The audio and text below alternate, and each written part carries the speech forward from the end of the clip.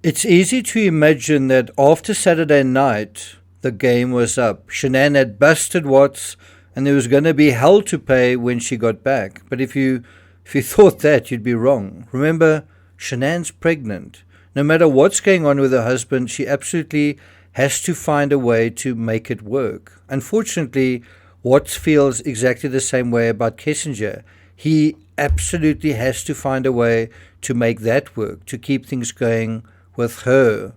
And so what we have here, just one day before the murders, is an inevitable conflict brewing. Can you see what's going on here is inevitable? This has been going on for a long time. Now it's coming to a head. Now the good news is Shanann is starting to think critically.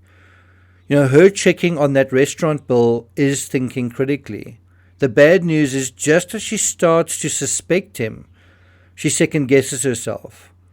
If she had somehow kept trying to figure things out that day, with one day to go, who knows, perhaps she could have somehow saved herself. Don't laugh, don't scoff. I mean, it might seem silly, but even the fates seem to be trying to talk to her that day. In Phoenix that day, there was a big storm, so big that the lights went out, that power went out in the restaurant. And if I remember correctly, their flight was delayed. Other flights from Thrivers were actually cancelled, and they had to reschedule their flight. It was as if the fates didn't want Shanann to get on a plane. And so had they returned with everyone else, had they rescheduled the flight to the next day, Watts may well have missed his window, and these crimes may never have happened. Another way of thinking about it is the fact that Shanann was supposed to arrive at 11 o'clock at night, but instead arrived at 2 in the morning. Because he had just had a 111-minute conversation with Kessinger, because he was sleep deprived, because he was still, in a way, triggered by Kessinger, and because he was fearful that Shanann would find out, perhaps because of all of that, he acted basically in a rash way very early that morning. And the family annihilation started actually with Shanann. I got nightmares in my head, I fear thoughts build up until I can't feel. My mind fills up into a creature, and it haunts me somewhere much deeper. I got nightmares in my head, I fear. Hello and welcome to True Crime Rocket Science, the most authentic voice in true crime. Well, we've finally come to the last day. It's Shanann's last full day on Earth, and Bella and Cece's as well. Ironically, none of them are going to be home. Shanann is thriving in Arizona, and her kids are at a birthday party where they aren't allowed to eat cake, just in case there are nuts in it. And they are not terribly happy about that. According to the Discovery, Chris and the girls, Bella and Celeste, were at the Lindstrom's residence on Sunday the 12th for their son Caden's birthday party. Chris was described as acting normal at the birthday party. That he's a quiet person and doesn't show emotion much. The Lindstrom said that he was watching after the girls. They said that there were 5 or 6 adults and 5 or 6 kids at the party. Now, to them, they thought Chris was acting normal, but actually he wasn't acting completely normal, and we'll see why in a second. But before we get to that, if you haven't subscribed to the channel, please do. If you are familiar with all my videos on this case, you might want to try reading the books, which provide a much more comprehensive and consistent narrative with far more insights than these videos. You might want to have a look at the link that I've provided in the description. Also, for those who watch until the end of the outro, I do try to change the outro with scenes from travels all over the United States, all over Europe as well, France, Portugal. Bear in mind, I investigated crimes in Orvez as well as I've also visited Tenerife. So you might want to stay tuned because we do try and change the outro for every video. If you've enjoyed this 21 episode series so far and you've never hit the thanks button and you want to show your appreciation, now's your chance. And let's get started. So one can imagine Watts at this birthday party, seeing a lot of kids running around, having his own childhood perhaps awakened and his own love for children triggered. This is yet another scenario that might just soften his heart, the laughter of children, the spectacle of children having fun. But will it? And if it doesn't, Why doesn't it? Well, we'll attempt to answer that question in this analysis. Now let's drill down into the events of August 12th, that final day, starting at 07:32. Not found in Watts' phone, Shanann sent him a message, "Good morning, baby, love you." 07:58, Shanann told Addy, "I got a lot of work to do today and this week. Next weekend, I'm going to go MIA while away with Chris in Aspen." Think about those words. I'm going to go MIA. 08:09 hours. Shanann asked how the girls were. Watts said that they were good and drinking a shake. Shanann replied, "Miss you guys, give them kisses for me." Watts said he would, and Shanann told him to have a great day. He reciprocated. 08:11. Josh asked Watts if he was truly all right with Josh and his family staying with the Watts family when they move. That's when the Rosenbergs moved. They were going to move via the Watts home. Watts said, "That's cool, man." Watts went on to describe the finish of the Rockies game. It was epic. 08:35. Shanann told Addy, "I need to do better with my calendar. I don't block out family time. I fill in family time." He, meaning Chris Watts, said to me last night, "It has nothing to do with the business though." Addy said that she thought that this could have been the issue and insisted Shanann make more time for the family. Shanann replied, "No, I agree. No, I think it's itty-bitty things. I sometimes can be bitchy and he gets that side of me. I know I tend to make him feel like he isn't able to do things because I have control issues. He said the other night that he wishes I just let him hang up a picture." So there Shanann herself is saying, "I have control issues." Thinking globally, do you think this is really what Chris Watts wants, that he wants more Shanann to make more family time with him? Anyway, 0900 hours, Shanann's calendar had entry titled Talk, scheduled for a particular time and date. Now, it's unclear whether Chris Watts would have seen that entry as well. If it did, it probably would have given him chills. Now, is Shanann right when she says it's itty-bitty things that are the problem in their relationship? I think she's right in a general sense, but not right here. Not right here on her last day. I think itty-bitty things eventually become being severely financially stressed, for example. That's not itty-bitty. It's interesting that Watts apparently said to her, it has nothing to do with the business. I think that's because he wanted her to go to Arizona. I think he, in his heart of hearts, believes that it had a lot to do with the business. What do you think? Did he approve of her making money as an MLMer or not? Then she says, "Sometimes I can be a bit bitchy." You can see that Shanann is doing some self-reflection and even being a little self-critical in the final hours of her life. Now, many people following this case have given me a lot of grief for the slightest comment about Shanann that isn't positive. So I wonder whether they're going to criticize Shanann now for criticizing herself. Is she, the victim blaming herself now as well? In other words, is it always wrong just to try and be a little aware of how one can improve in how one is doing certain things? Is it something you should never ever do? And on August 12th, Shanann is just getting started. According to the phone data review at 9:04, Shanann continues with Addy. She says, "I always have, but he also never calls me out. He never fights me. He just goes with the flow. He and I know I like things done a certain way, but I never thought about how that makes him feel as a man. I don't even know if this is what's bothering him. He still hasn't said. I'm praying he wrote me a letter, like I asked, since he can express himself better in a letter than talking." Well, we know that Chris didn't write a letter back. Shanann added, "I'm the pusher and he's the withdrawer. He has strengths that are my weaknesses and vice versa." Shanann continued, "The lack of communication isn't on my part. I can be better at how I communicate, but he doesn't communicate. I say things sometimes just to get him to react in any way." Think about those words. I say things sometimes just to get a reaction. Since he doesn't react, and that's not good. It's not even all the time. 99% of the time we are perfectly fine, and we have never ever fought, literally over anything serious. Is that true at this point in time, that they've never fought over anything serious? Right now they're fighting over whether he wants a baby, whether they should stay married, whether they should sell the house.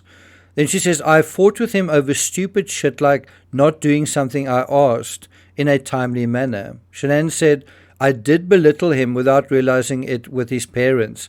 I told him he needed to find his balls and protect his family. Shanann said that Watts is submissive when his family are involved. Addy said that this is Watts' disposition and added pretty ominously, he would kill for you. Well, the reality there is he would kill for Kessinger.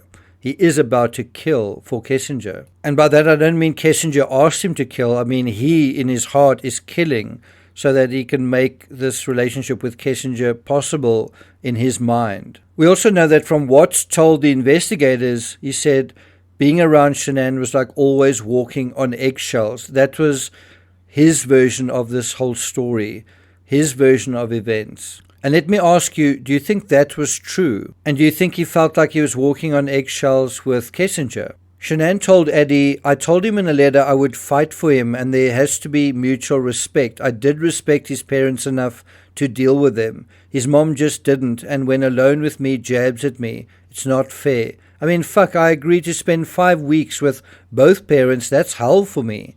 But I did it for him and the kids. Shanann continued, he was never close to anyone but his dad. I, being the family person, tried bringing them closer and it backfired. I need to feel like he will stand up for us faced with difficult situations. That's where he flaws. That's his weakness. Shanann told Addy, my weakness is I have an Italian temper that can't hold back when pissed. I'm a fixer and I want to talk this out and he just wants to work it out in his head. I've just been acting kind of normal. Morning, baby, love you, etc., but not overdoing it. Overdoing it is what we do. We are so affectionate but can't stop touching each other. It's not just the sex, just the touch. At 09:57, Shanann asked Watts, can you do me a favor today if you have time? Can you get the backpacks ready for tomorrow with blankies and spare clothes, please?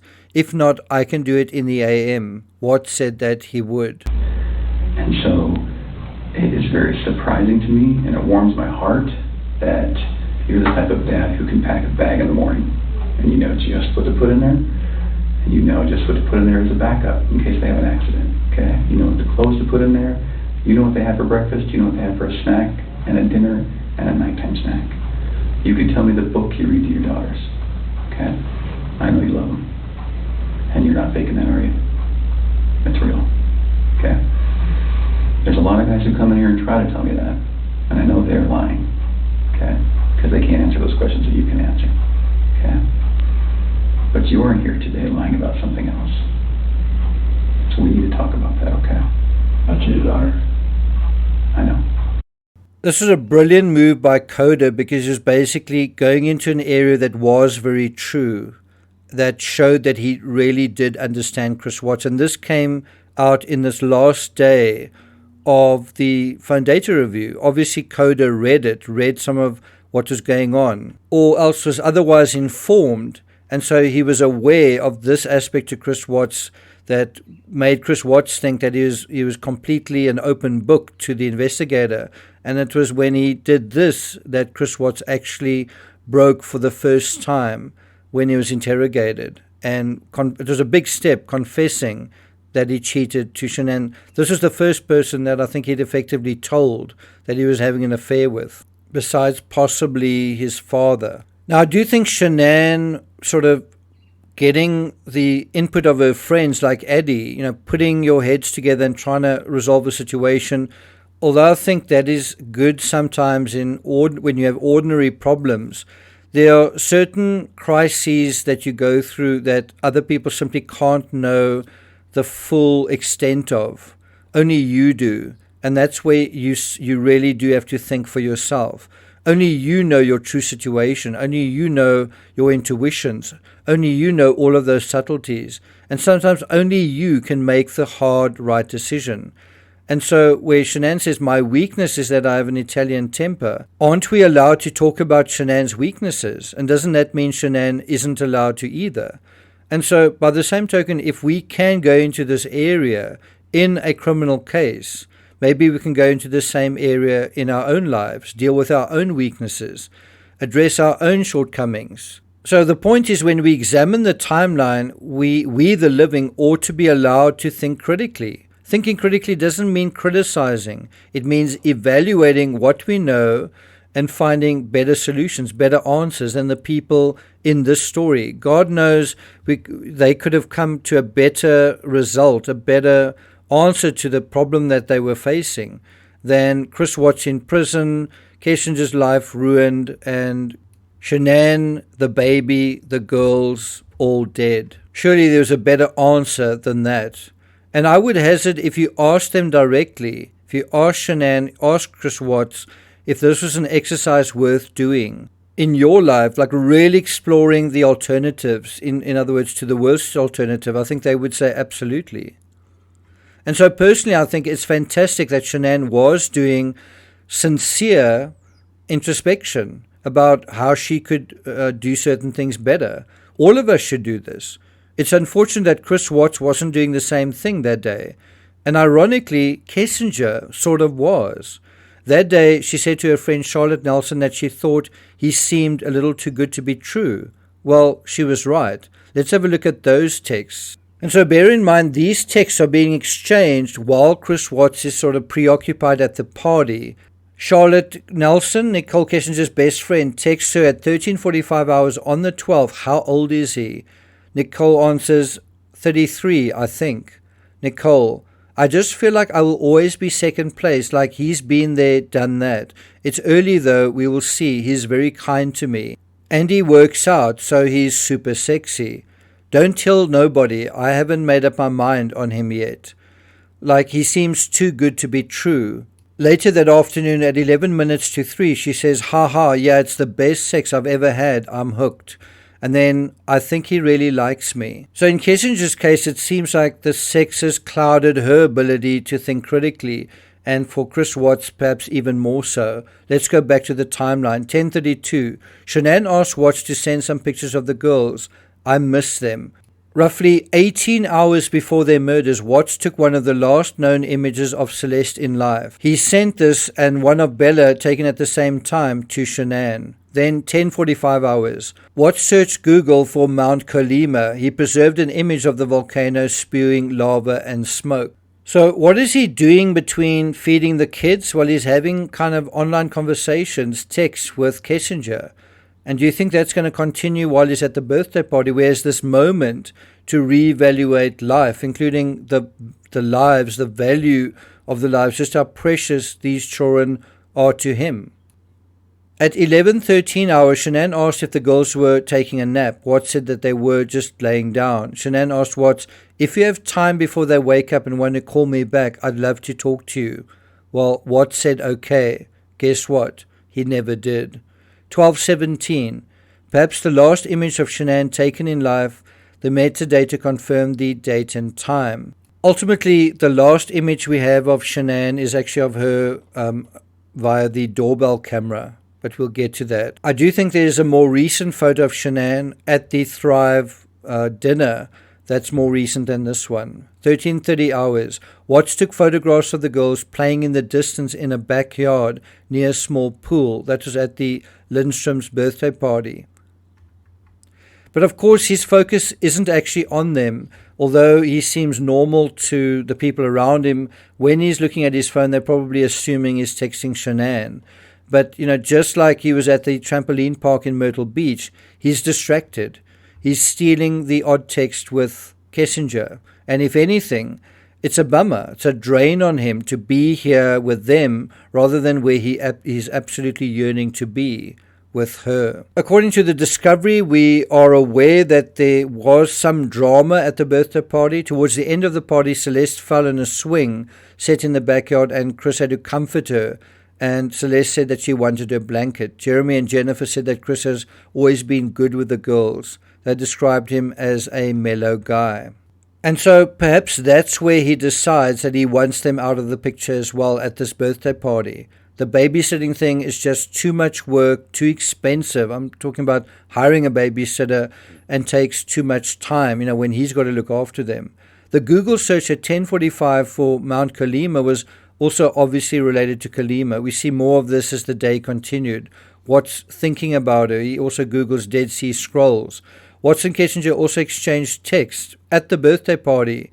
While he's there, that's another aspect covered in detail in the narratives. Let's look at some of those texts.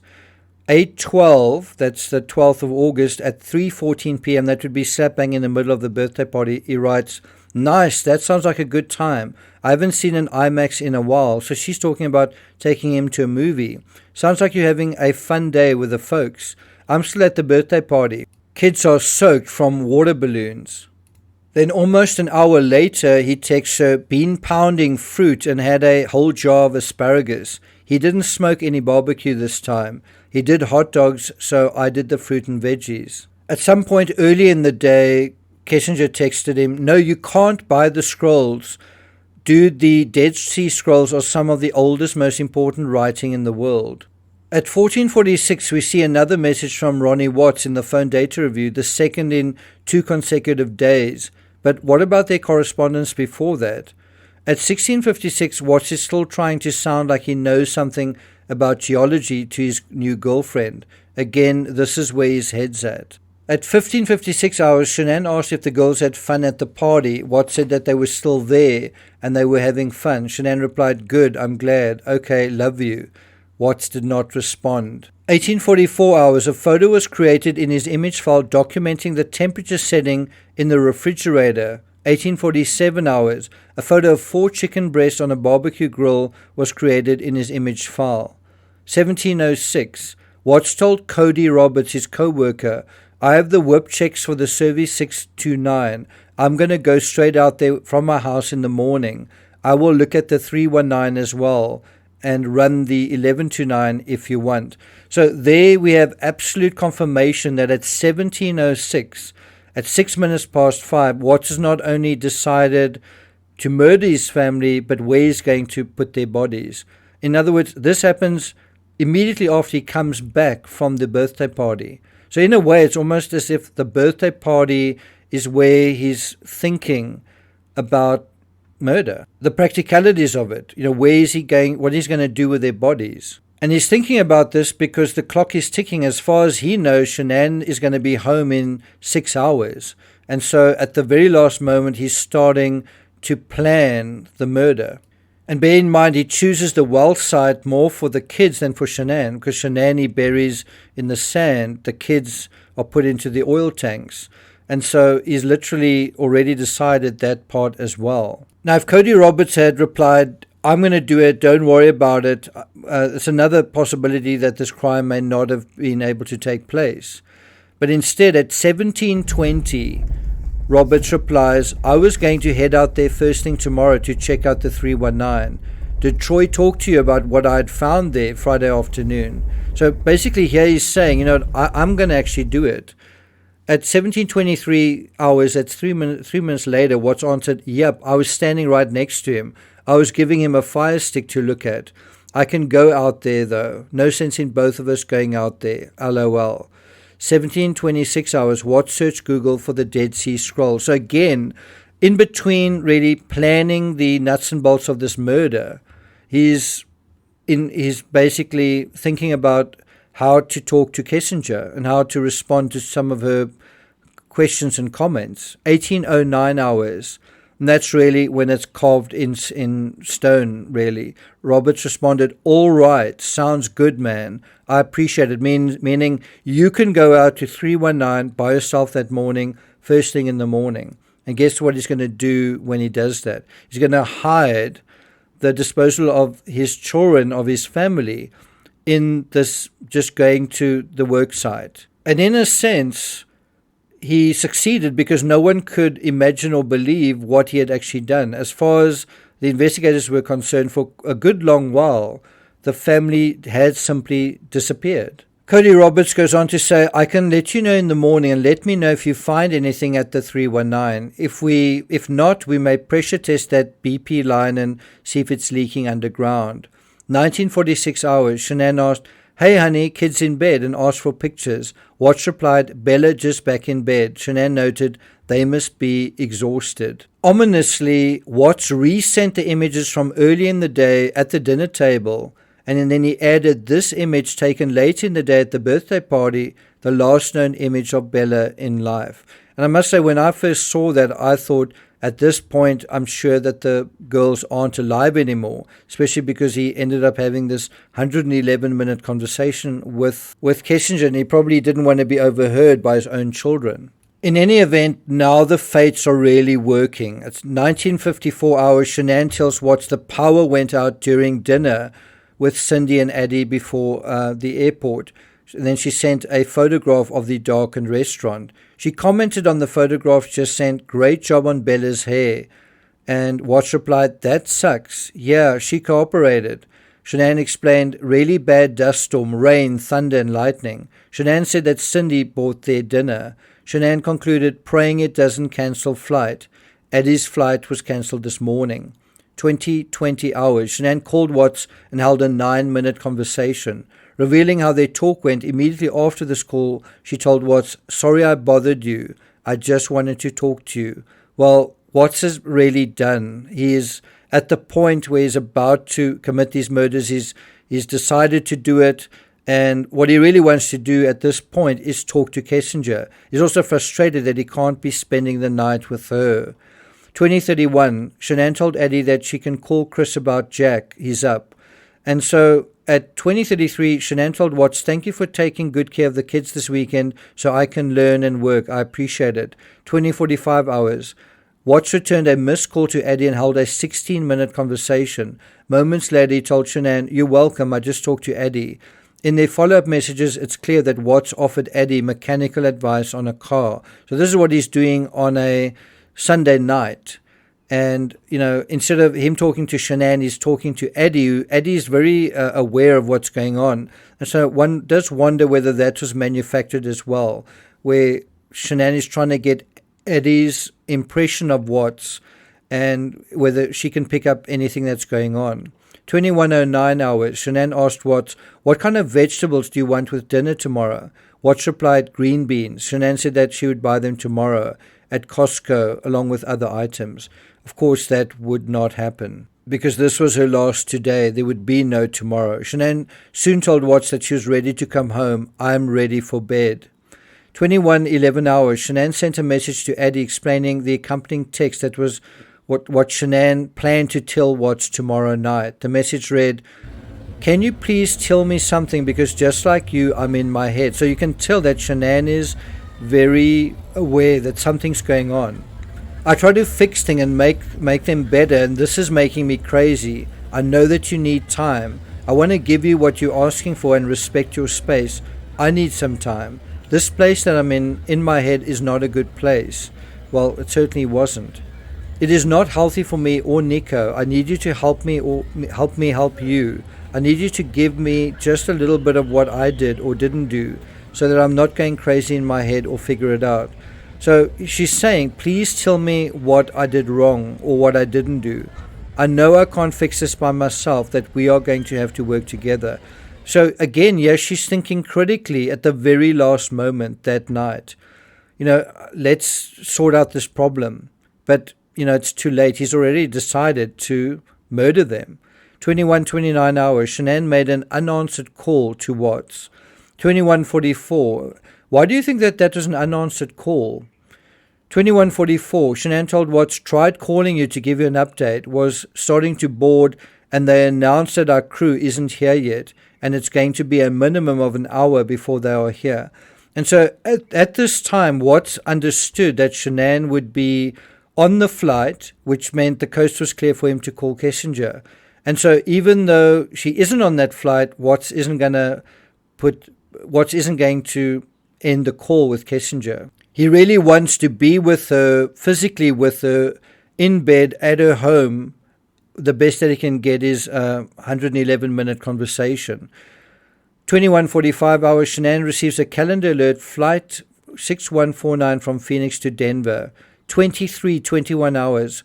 Watts finally replies. Why? Because he's had this conversation with Kessinger. And I think it's really interesting that it's not included in the phone data review. One actually has the idea either that this was an error made by the compilers of the phone data review, or that they purposefully left it out in order to protect Kessinger from accusations and fingers pointing her way, right? It seems like they deliberately left it out.